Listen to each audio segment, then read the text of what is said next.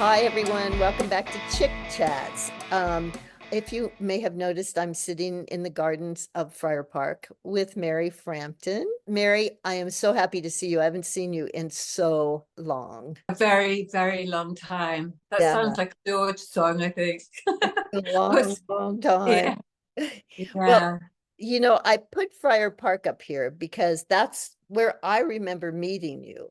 You and I Peter remember. would come over to the house quite often, I think. Well, the first time I met you, and it was the first time I met Patty and George too, was Patty's birthday party. No one had given us the memo that it was freezing cold in the house. I wore my red Aussie Clark crepe de chine dress, like sort of three-quarter sleeves, and I was so cold.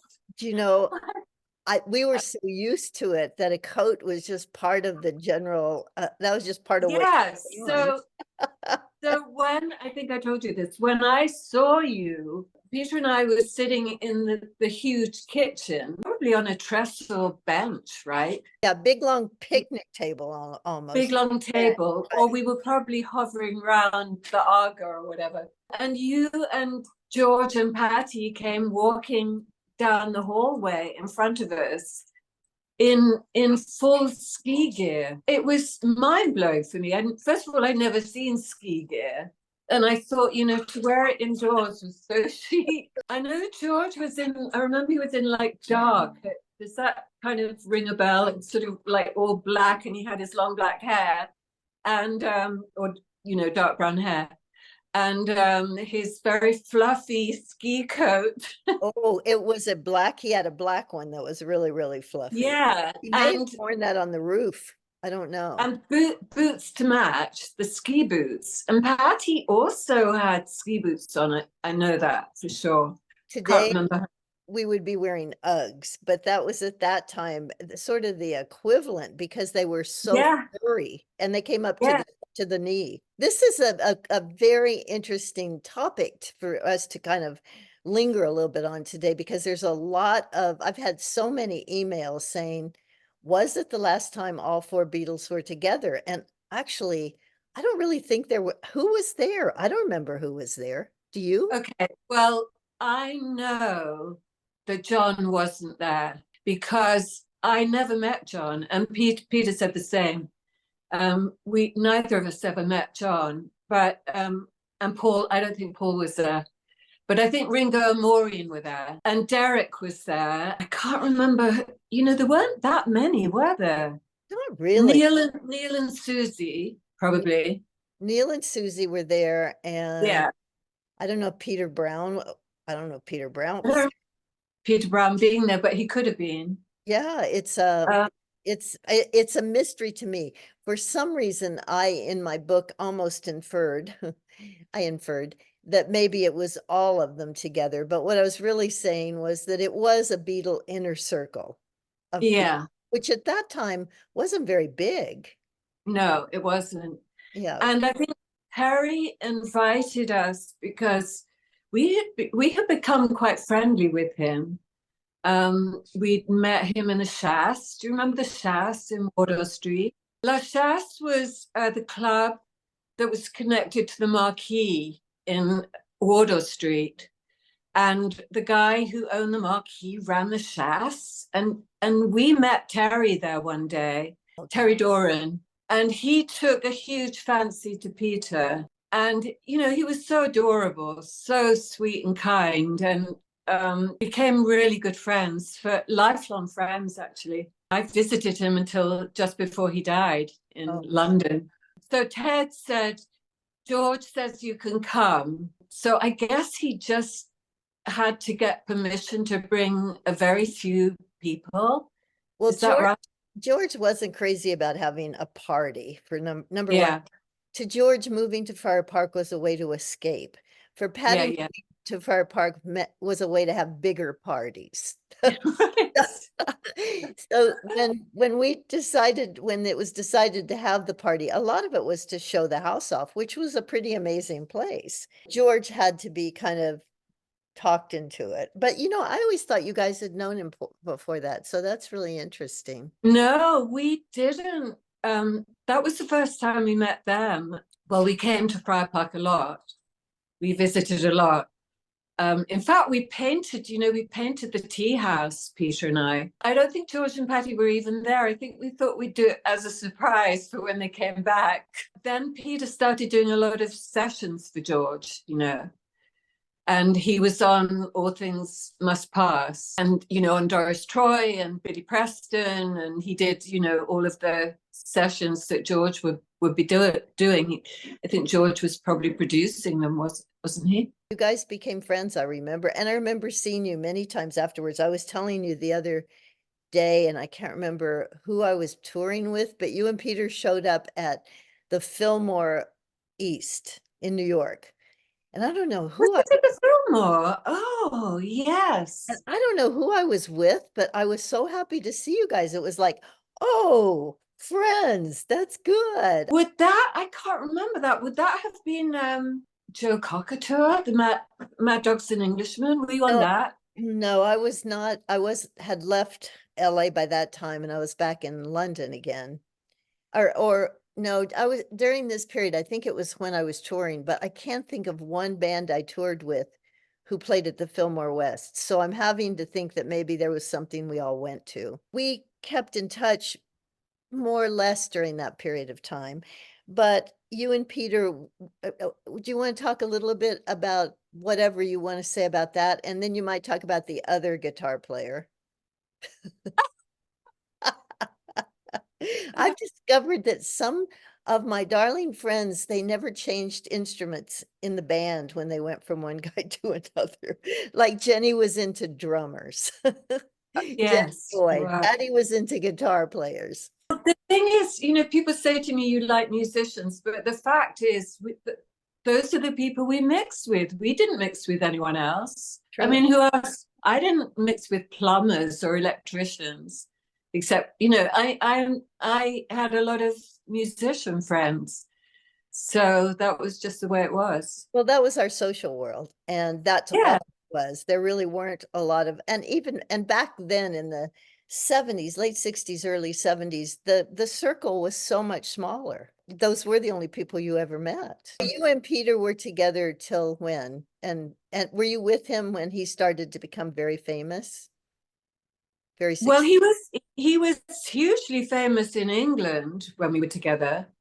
We met when we were 14, so we've been lifelong friends. We're still very close friends. He became a very huge pop star in England. He hated that, so he left the band he was in, which was The Herd, and he formed Humble Pie. So well respected, so he kind of got his musician respect back, which he totally deserved because he's such a fantastic musician. We did all these things in America. He toured America. We were in LA. We were in New York. And we split up just before the Frampton Comes Alive album came out.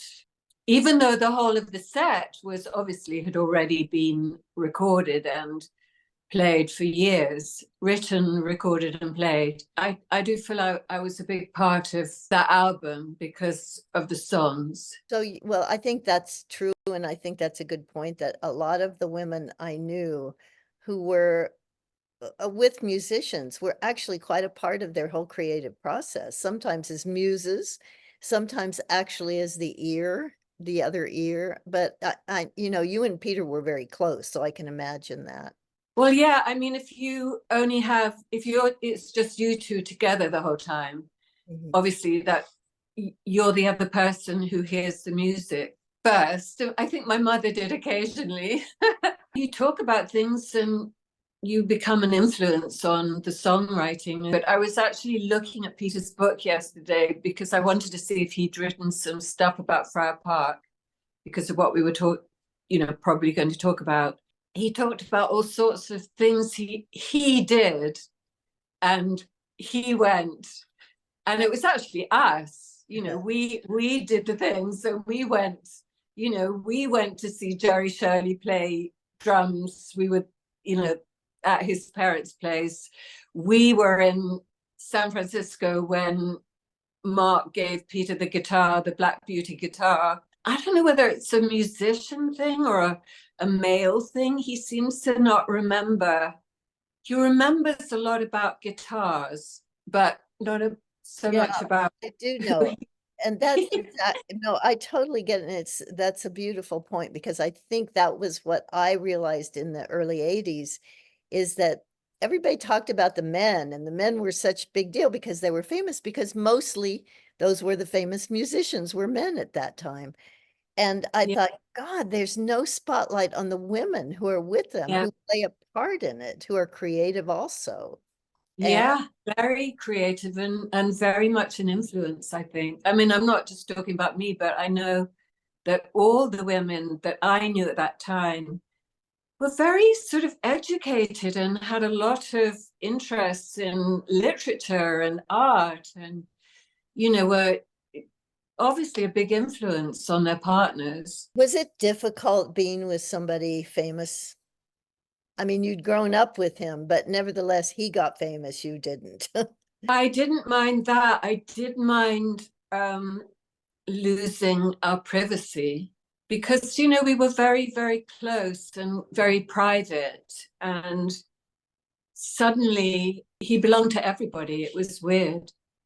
And That then also hearing our songs being played on stage and the audience, it belonged to the audience then, like they do now. And I do understand it now, but at that time it was weird. And they were our songs, they were my songs. And then the audience was singing them. well, no, I think it's a real thing that really happens when you're next to someone who's terribly creative and famous, and all the attention goes to them. And yeah, I think I love the way you're saying it. I think that's very true. After you were divorced from Peter, you then remarried, I did. and you remarried Hal Yeah. Lindes. Yes. Was he playing it? I think he was in Dire Straits. Was he still in Dire Straits at that time? No, he wasn't. He hadn't even joined Dire Straits at that time. Oh, He was in a very strange band called Slack Alice, and he played in that for a while. And then the band broke up, so he was out of work, and he needed to find a job. And just fortuitously, Dire Straits, Mark had lost his brother. His brother had left the band, David, and they needed another guitarist, and Hal got the job. I remember when I met Hal, we were on a bus going to a concert. I was thinking about this. It wasn't a bus, it was like this private van we had hired. Patty was there. I think I was Well, Anthony, and I think we were going to see Genesis.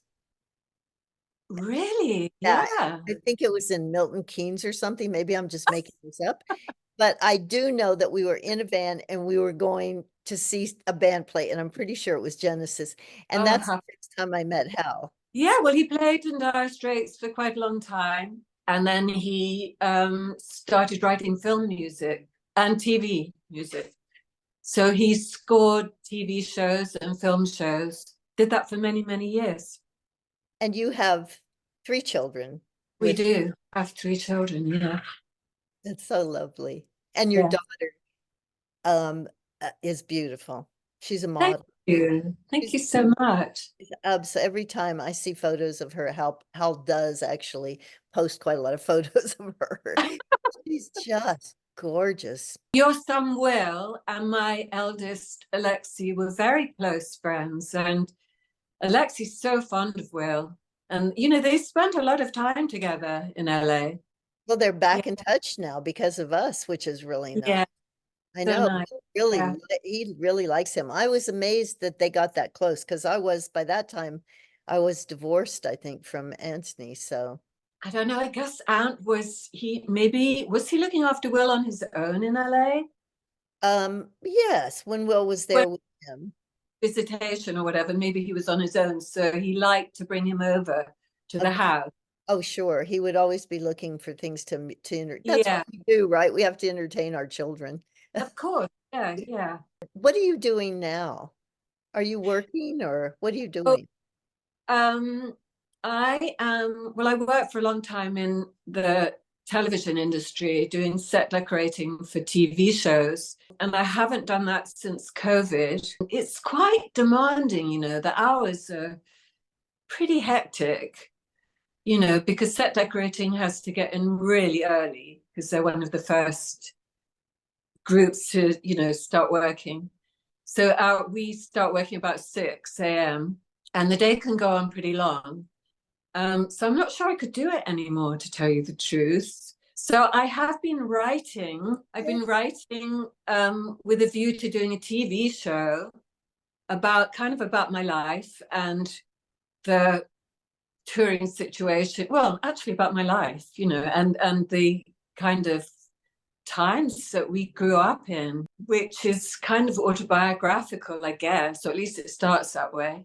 Well, that's exactly why I'm doing these videos is because we are now history and we're Yes, history. We were an amazing generation.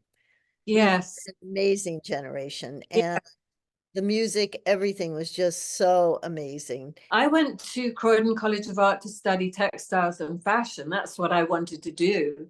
That's what I wanted to be in. And then Peter and I ran away together, and that kind of went down the drain. But and then I started modeling. But fashion was fantastic at that time. Do you remember? You know, Unbelievable. yeah, with Bieber and I mean Mary Quant, all of those And hair, people. everything, the whole Yeah, deal was so yeah. amazing. So it is important that we do write this history down, I think. It is important. There will be archives for all of this. My daughter is a musician too. I don't know whether you know. Still feels that she's dominated by the male world in the music industry, and she doesn't understand what it was like when we were involved with the music industry. And I try to explain to her, so it would be very interesting for this generation to get more of an idea of what it was like. But Patty and I talk about it all the time, and I didn't have a voice in a situation, like in a room. I wouldn't say anything because I was a woman. We weren't allowed to talk. It was the beginning, but I think we were all feminist in a way because we were doing something totally, well, at least I felt we were, that was pretty unusual. But that Yeah, was what our roles were. Well, I don't know if I kept my mouth shut. That's why I couldn't be with a musician. I was only with Leon Russell.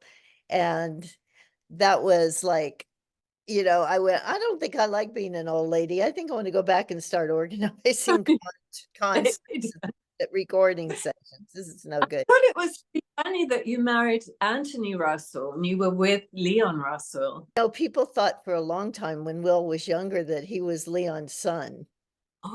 They said, Oh, "Oh, is that Leon's son?" I went, "No." And actually, Leon's real last name was Bridges.